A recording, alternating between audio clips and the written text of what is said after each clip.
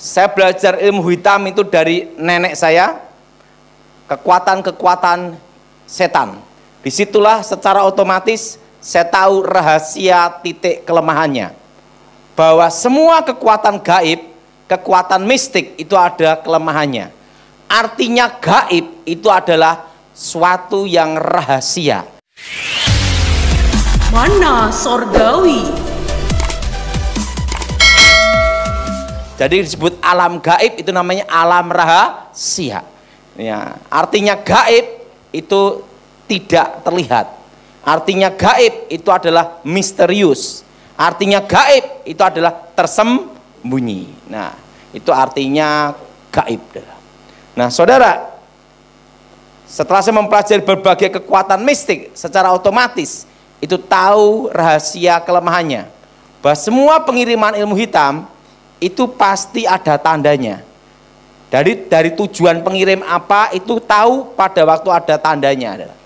Misalnya contohnya seperti ledakan di atap rumah, duar kerutu-kerutu, tapi tidak ada benda yang ada, tapi seperti benda jatuh yang keras. Itu adalah pasti jenis ilmu santet, ilmu untuk membunuh. Apa saudara? Ilmu untuk apa saudara? Membunuh. Ilmu untuk membunuh atau bikin orang jatuh sakit parah.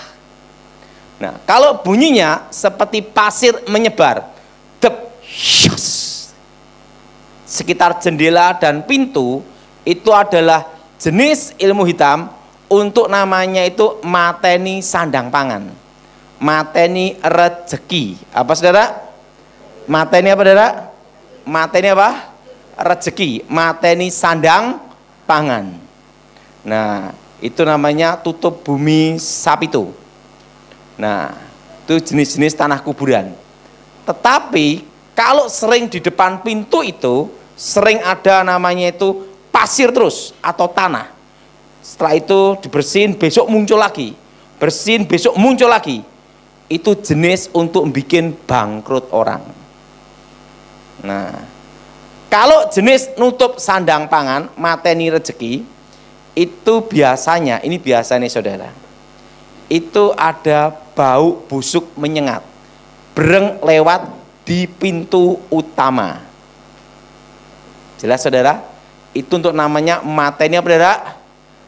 Sandang pangan, bikin orang bangkrut. Nah, jadi baunya itu menyengat, breng lewat tok. Kalau bau menetap itu bau got, harus dibedain. Nah, kalau baunya wangi kayak melati atau kembang kantil,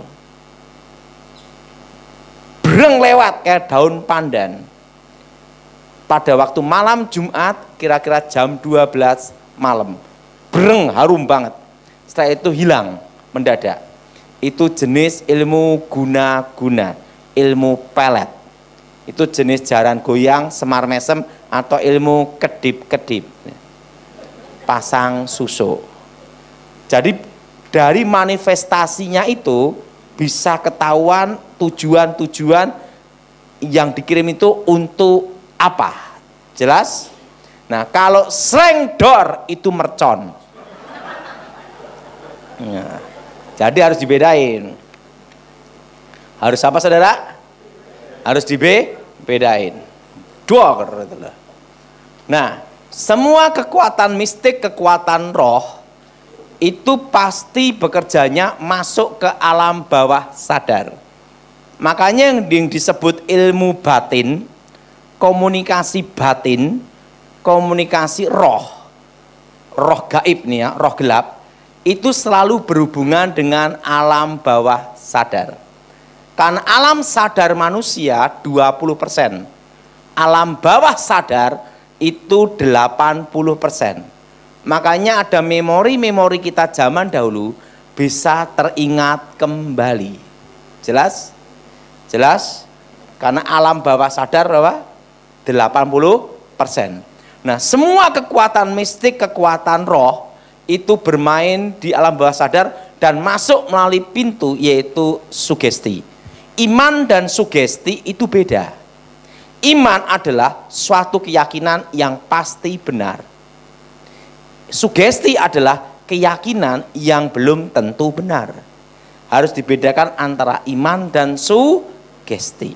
Nah, bagaimana cara untuk menangkal ilmu hitam? Pada waktu ilmu hitam dikirim, pasti menggunakan namanya kekuatan dunia arwah.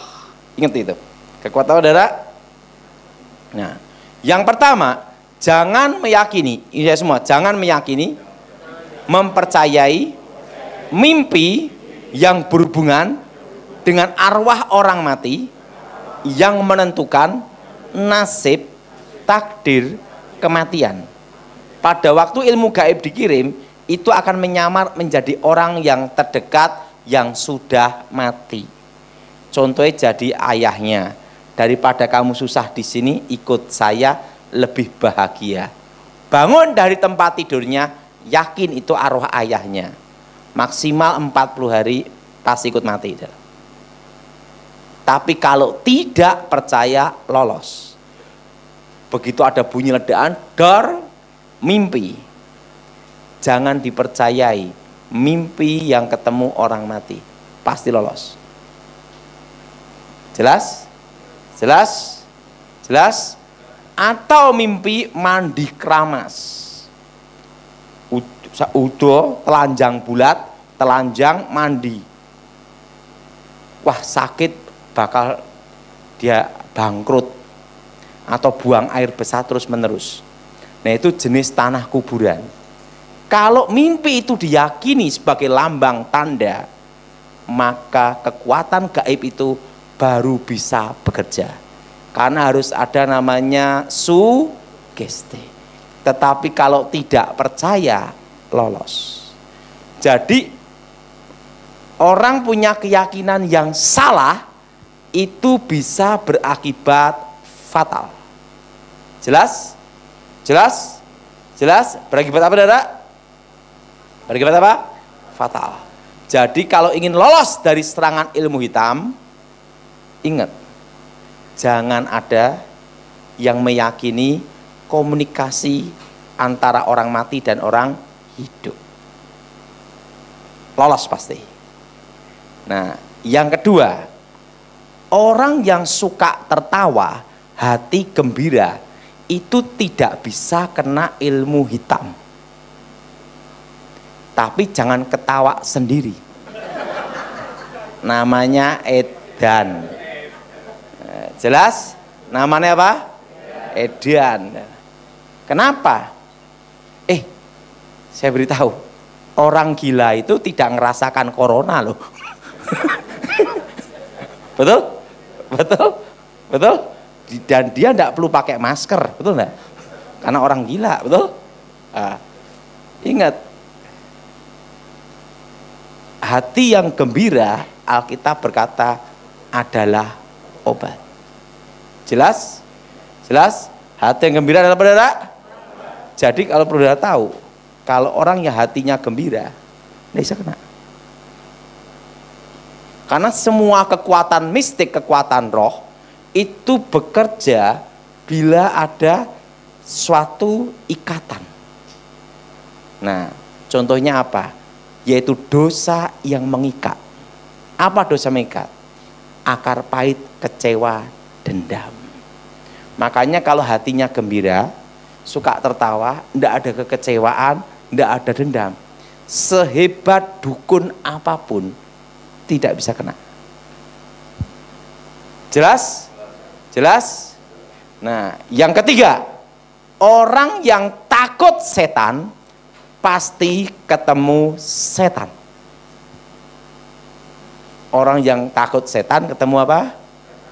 Nah, ngomong sama sebelahnya, kamu bukan setan. Jelas?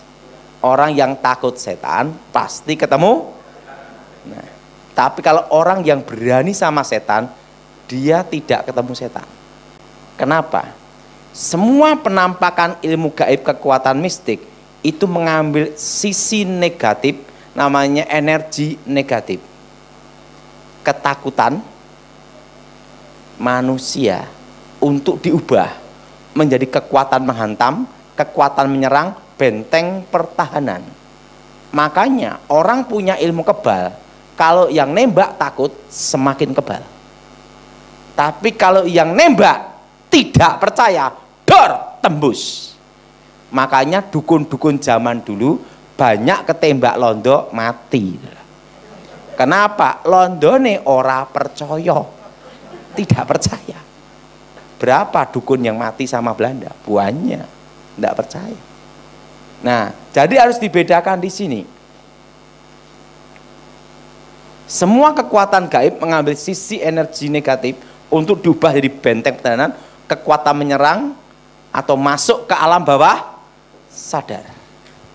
Nah, zaman Belanda itu namanya ada Antek Company. Antek Company itu orang-orang yang berkhianat, yang berpihak kepada Belanda. Nah, mereka percaya hal gaib, mistik, kekuatan mistik gaib. Nah, pada waktu orang punya ilmu kebal, ditembak mereka, dor, dor, dor, tidak mempan. Kenapa tidak mempan?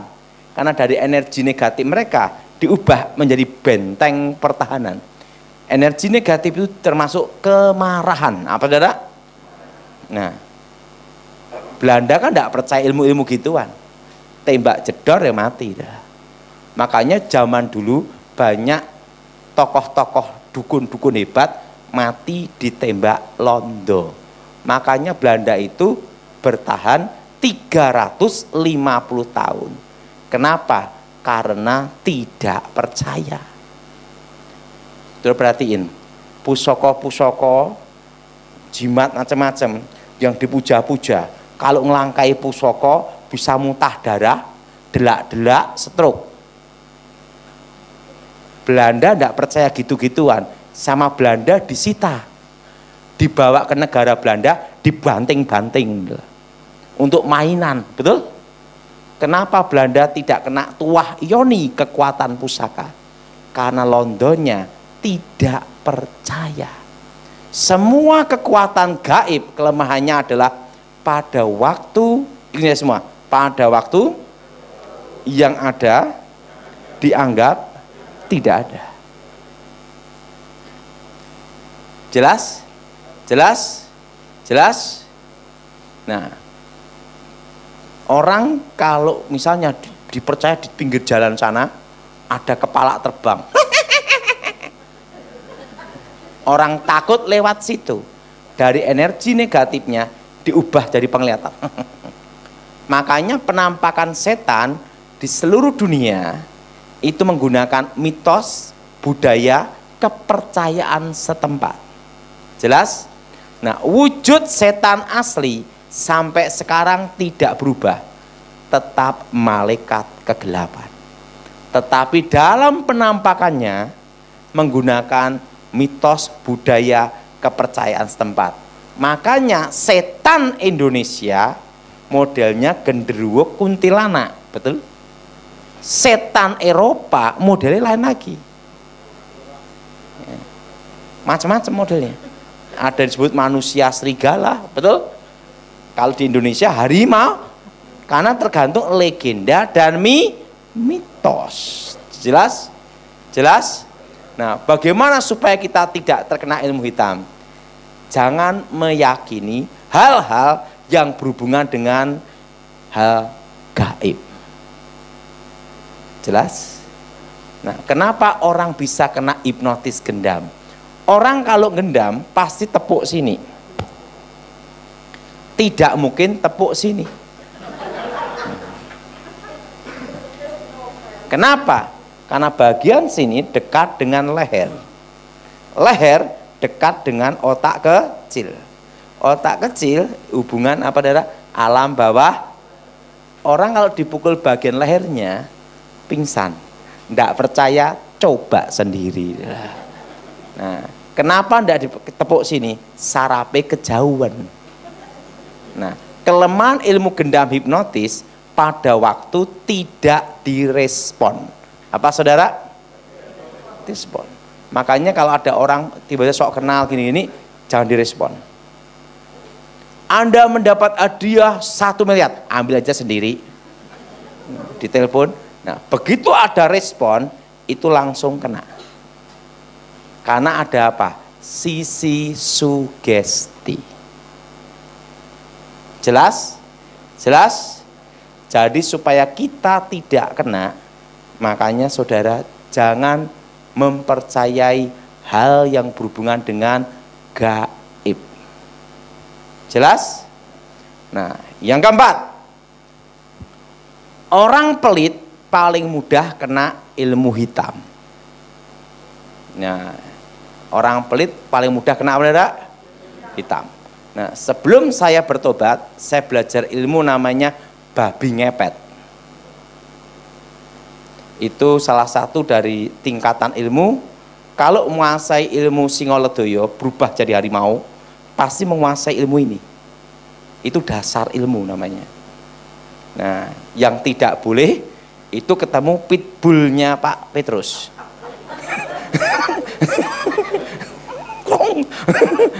Lawannya kan babi ya. Dan tidak boleh ketemu orang Manado. Nah, jadi dicari. Nah, jadi kalau baca mantra jadi babi, nanti ada selokan air, sedot, masuk. Nanti masuk, ada kain hitam, buka, keluar, cek, uang, perak, emas, semua ada. Itu namanya ilmu babi ngepet. Itu pakai tindir, tahu tindir? Minyak teplok itu loh. Kalau goyang-goyang bahaya, kalau gini aman. Nah, waktu menguasai ilmu itu, saya nyoba gini, guru, ini ilmu ini bisa dipakai semuanya, pokoknya ada selokan air pokoknya. Nah, akhirnya saya mikir gimana nyoba kalau ngerampok bank. Langsung tek, ada bank namanya BRI. Kalau saya tuh kalau habis ngambil tak balikin lagi, karena tujuannya bukan mencuri, hanya untuk praktek. Waktu nyedot air di selokan di BRI, mental, ndak bisa.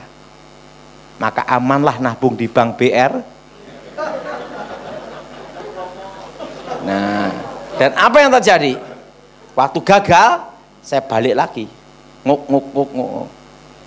Kakek saya tanya, loh kenapa Ton? Kamu dari mana? Saya kok ngerampok ngambil bank di BRI pakai ilmu babi ngepet kok tidak bisa. Kakek saya ketawa cekikian.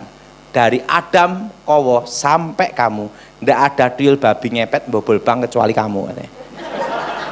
Ya saya mau nyoba.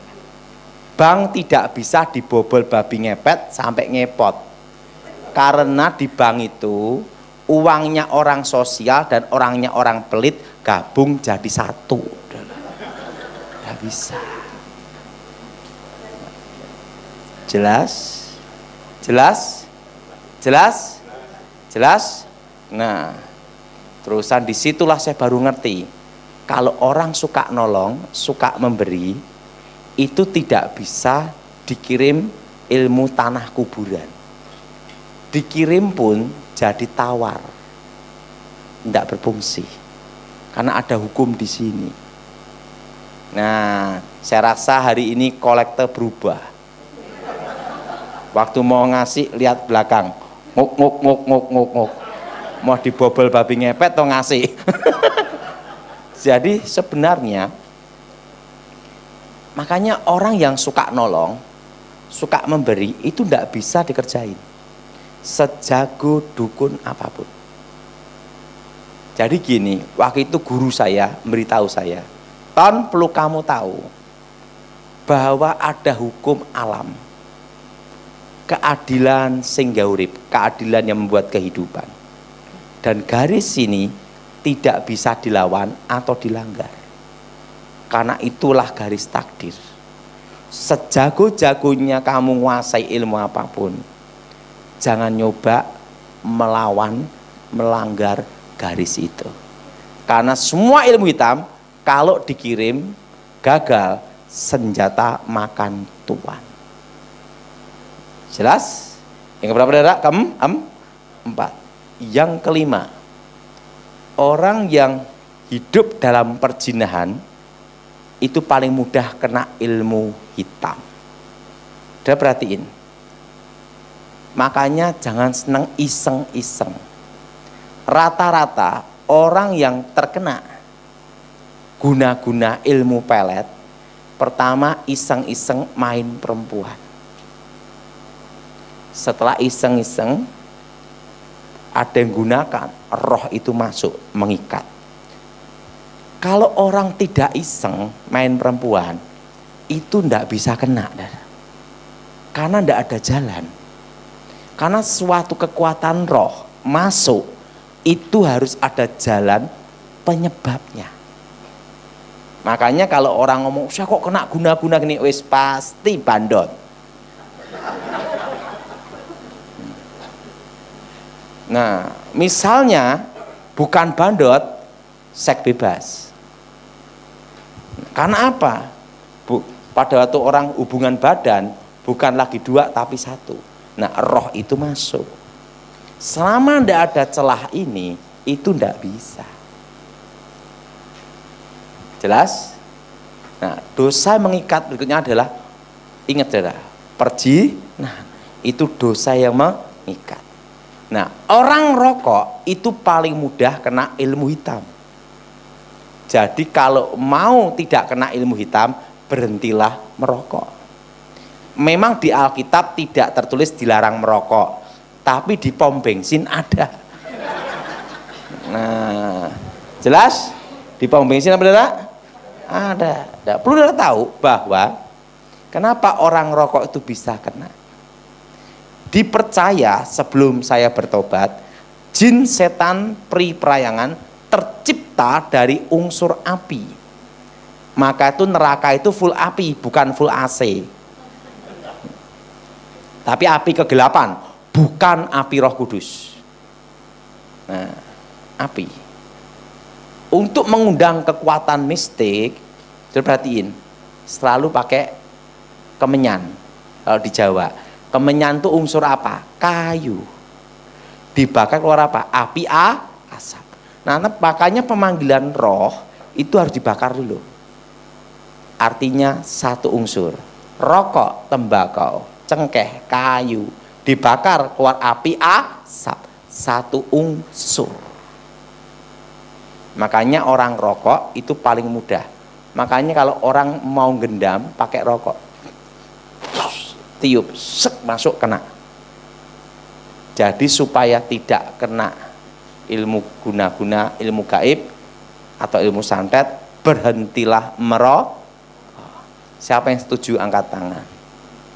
Nah, ingat, pokok dalam hidup ini satu hal pesan saya, jangan iseng.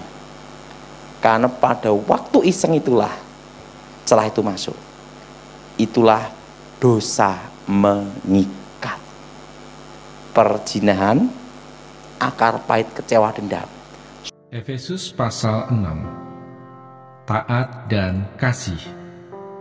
Hai anak-anak, taatilah orang tuamu di dalam Tuhan, karena haruslah demikian. Hormatilah ayahmu dan ibumu. Ini adalah suatu perintah yang penting, seperti yang nyata dari janji ini, supaya kamu berbahagia dan panjang umurmu di bumi. Dan kamu, bapak-bapak, janganlah bangkitkan amarah di dalam hati anak-anakmu, tetapi didiklah mereka di dalam ajaran dan nasihat Tuhan. Hai hamba-hamba, taatilah Tuanmu yang di dunia dengan takut dan gentar, dan dengan tulus hati, sama seperti kamu taat kepada Kristus. Jangan hanya di hadapan mereka saja untuk menyenangkan hati orang, tetapi sebagai hamba-hamba Kristus yang dengan segenap hati melakukan kehendak Allah, dan yang dengan rela menjalankan pelayanannya seperti orang-orang yang melayani Tuhan dan bukan manusia. Kamu tahu bahwa setiap orang, baik hamba maupun orang merdeka, kalau ia telah berbuat sesuatu yang baik, ia akan menerima balasannya dari Tuhan. Dan kamu, tuan-tuan, perbuatlah demikian juga terhadap mereka, dan jauhkanlah ancaman. Ingatlah bahwa Tuhan mereka dan Tuhan kamu ada di sorga, dan ia tidak memandang muka. Perlengkapan rohani. Akhirnya, hendaklah kamu kuat di dalam Tuhan, di dalam kekuatan kuasa-Nya. Kenakanlah seluruh perlengkapan senjata Allah, supaya kamu dapat bertahan melawan tipu muslihat iblis. Karena perjuangan kita bukanlah melawan darah dan daging, tetapi melawan pemerintah-pemerintah, melawan penguasa-penguasa, melawan penghulu-penghulu dunia yang gelap ini, melawan roh-roh jahat di udara. Sebab itu ambillah seluruh perlengkapan senjata Allah, supaya kamu dapat mengadakan perlawanan pada hari yang jahat itu, dan tetap berdiri sesudah kamu menyelesaikan segala sesuatu. Jadi berdirilah tegap, berikat pinggangkan kebenaran, dan berbaju sirahkan keadilan. Kakimu berkasutkan kerelaan untuk memberitakan Injil damai sejahtera. Dalam segala keadaan pergunakanlah perisai iman, sebab dengan perisai itu kamu akan dapat memadamkan semua panah api dari si jahat. Dan terimalah ketopong keselamatan dan pedang roh, yaitu firman Allah, dalam segala doa dan permohonan. Berdoalah setiap waktu di dalam roh, dan berjaga-jagalah di dalam doamu itu dengan permohonan yang tak putus-putusnya untuk segala orang kudus, juga untuk aku, supaya kepadaku, jika aku membuka mulutku, dikaruniakan perkataan yang benar, agar dengan keberanian aku memberitakan rahasia Injil, yang kulayani sebagai utusan yang dipenjarakan. Berdoalah supaya dengan keberanian aku menyatakannya, sebagaimana seharusnya aku berbicara. Pemberitahuan salam. Supaya kamu juga mengetahui keadaan dan hal ihwalku, maka Tikhikus, saudara kita yang kekasih dan pelayan yang setia di dalam Tuhan, akan memberitahukan semuanya kepada kamu. Dengan maksud inilah ia kusuruh kepadamu, yaitu supaya kamu tahu hal ihwal kami, dan supaya ia menghibur hatimu. Damai sejahtera dan kasih dengan iman dari Allah Bapa dan dari Tuhan Yesus Kristus menyertai sekalian saudara. Kasih karunia menyertai semua orang yang mengasihi Tuhan kita Yesus Kristus dengan kasih yang tidak binasa. Surat Paulus kepada jemaat di Filipi. Surat Paulus kepada jemaat di Filipi, pasal 1. Salam. Dari Paulus dan Timotius, hamba-hamba Kristus Yesus, kepada semua orang kudus dalam Kristus Yesus di Filipi, dengan para penilik jemaat dan diaken. Kasih karunia dan damai sejahtera dari Allah Bapa kita dan dari Tuhan Yesus Kristus menyertai kamu. Ucapan syukur dan doa. Aku mengucap syukur kepada Allahku setiap kali aku mengingat kamu, dan setiap kali aku berdoa untuk kamu semua, aku selalu berdoa dengan sukacita. Aku mengucap syukur kepada Allahku karena persekutuanmu dalam berita Injil mulai dari hari pertama sampai sekarang ini. Akan hal ini aku yakin sepenuhnya, yaitu Ia yang memulai pekerjaan yang baik di antara kamu akan meneruskannya sampai pada akhirnya pada hari Kristus Yesus. Memang sudahlah sepatutnya aku berpikir demikian akan kamu semua, sebab kamu ada di dalam hatiku, oleh karena kamu semua turut mendapat bagian dalam kasih karunia yang diberikan kepadaku, baik pada waktu aku dipenjarakan, maupun pada waktu aku membela dan meneguhkan berita Injil. Sebab Allah adalah saksiku, betapa aku dengan kasih mesra Kristus Yesus merindukan kamu sekalian. Dan inilah doaku, semoga kasihmu makin melimpah dalam pengetahuan yang benar dan dalam segala macam pengertian, sehingga kamu dapat memilih apa yang baik, supaya kamu suci dan tak bercacat menjelang hari Kristus, penuh dengan buah kebenaran yang dikerjakan oleh Yesus Kristus untuk memuliakan dan memuji Allah. Kesaksian Paulus dalam penjara. Aku menghendaki saudara-saudara supaya kamu tahu bahwa apa yang terjadi atasku ini justru telah menyebabkan kemajuan Injil, sehingga telah jelas bagi seluruh istana dan semua orang lain bahwa aku dipenjarakan karena Kristus, dan kebanyakan saudara dalam Tuhan telah beroleh kepercayaan karena pemenjaraanku untuk bertambah berani berkata-kata tentang firman Allah dengan tidak takut. Ada orang yang memberitakan Kristus karena dengki dan perselisihan, tetapi ada pula yang memberitakannya dengan maksud baik. Mereka ini memberitakan Kristus karena kasih, sebab mereka tahu bahwa aku ada di sini untuk membela Injil, tetapi yang lain karena kepentingan sendiri dan dengan maksud yang tidak ikhlas. Sangkanya dengan demikian mereka memperberat bebanku dalam penjara. Tetapi tidak mengapa, sebab bagaimanapun juga Kristus diberitakan, baik dengan maksud palsu maupun dengan jujur. Tentang hal itu aku bersukacita. dan aku akan tetap bersukacita, karena aku tahu bahwa kesudahan semuanya ini ialah keselamatanku oleh doamu dan pertolongan Roh Yesus Kristus. Sebab yang sangat kurindukan dan kuharapkan ialah bahwa aku dalam segala hal tidak akan beroleh malu, melainkan seperti sedia kala, demikian pun sekarang, Kristus dengan nyata dimuliakan di dalam tubuhku, baik oleh hidupku maupun oleh matiku. Karena bagiku hidup adalah Kristus, dan mati adalah keuntungan. Tetapi jika aku harus hidup di dunia ini, itu berarti bagiku bekerja memberi buah. Jadi mana yang harus kupilih? Aku tidak tahu. Aku didesak dari dua pihak. Aku ingin pergi dan diam bersama-sama dengan Kristus. Itu memang jauh lebih baik. Tetapi lebih perlu untuk tinggal di dunia ini karena kamu. Dan dalam keyakinan ini, taulah aku akan tinggal dan akan bersama-sama lagi dengan kamu sekalian, supaya kamu makin maju dan bersukacita dalam iman, sehingga kemegahanmu dalam Kristus Yesus makin bertambah karena aku, apabila aku kembali kepada kamu. Nasihat supaya tetap berjuang. Hanya hendaklah hidupmu berpadanan dengan Injil Kristus, supaya apabila aku datang, aku melihat, dan apabila aku tidak datang, aku mendengar bahwa kamu teguh berdiri dalam satu roh, dan sehati, sejiwa, berjuang untuk iman yang timbul dari berita Injil, dengan tiada digentarkan sedikitpun oleh lawanmu. Bagi mereka semuanya itu adalah tanda kebinasaan, tetapi bagi kamu tanda keselamatan, dan itu datangnya dari Allah.